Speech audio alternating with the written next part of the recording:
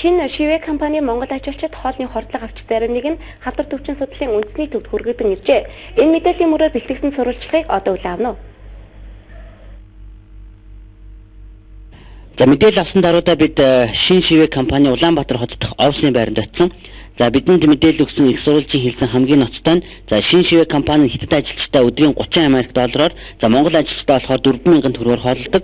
Иймээс чанаргүй баталгаагүй хоол хүнс хэрэглэсэн Монгол ажилчид хордлого авч халдвар төвчин судлалын үндэсний төвд хүргэгдэн ирсэн болов гэсэн. За мөн Кристина Ган гэх эрхмүүд Монгол ажилтныг гадуурхдаг гэх мэдээлж өгсөн. За иймээс тэдэнтэй уулзахаар бид офисын байранд нэрэхэд биднийг угтаж авсан ажилчид нь за бид мэдээлэл өгөх ёсгүй дараа нар байхгүй байна гэлээ.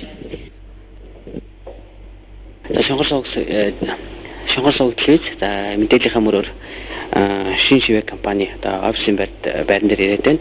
За одоогоор яг албаны хүмүүс байхгүй төр хүлээж хэсэг хугацааны дараа бас мэдээлэл өгөхөө шийдэх гэсэн хариу өгöd байна.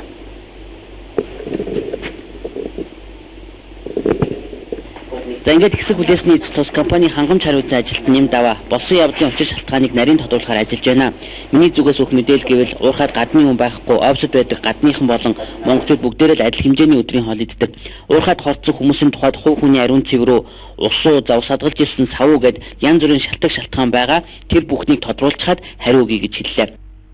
Бид өөрсдөө яг юу тодорхой яг юуны улмаас ямар шалтгаан тэр хувь хүний ариун цэвэр нь байсан юм уу? Усандаа байсан юм уу? Усыг зөөсөн савн байсан юм уу? Эсвэл тэр хүн өөрөө хоолоо буруу зөрүүд гэсэн байх юм. Янз янз зүйлс энэ хүн байдаг бүгд юм.